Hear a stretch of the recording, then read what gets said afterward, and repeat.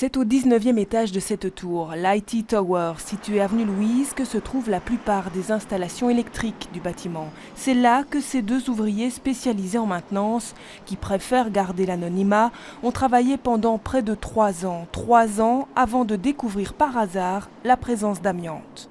Le plafond, c'est un flocage en amiante. Et on ne nous a jamais rien dit, aucune étiquette, rien du tout. Et le flocage est dans un rapport 2001, il est bien stipulé que le plafond est dégradé. Il faut faire le nécessaire le plus rapidement. Depuis 2001 jusqu'à aujourd'hui, rien n'a été fait. Craignant pour la santé de son équipe, le responsable demande des explications à son employeur, la société Cofeli Service.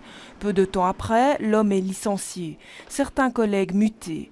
Aujourd'hui, l'affaire est portée devant le tribunal du travail. Objectif, faire reconnaître le licenciement abusif et prouver le lien avec la découverte d'amiante. On a déposé une plainte au bien-être au travail, qui sont venus faire une inspection et qui ont demandé des analyses amiante et qui ont confirmé qu'il y avait de l'amiante là où ils ont fait des analyses.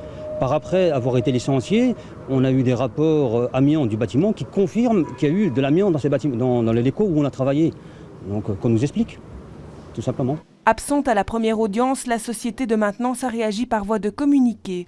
Cofeli Service y précise que le réel motif de licenciement de ces deux travailleurs, c'est leur attitude par rapport à leur mission et certifie avoir respecté toutes les dispositions légales en matière de prévention de risque d'exposition à l'amiante.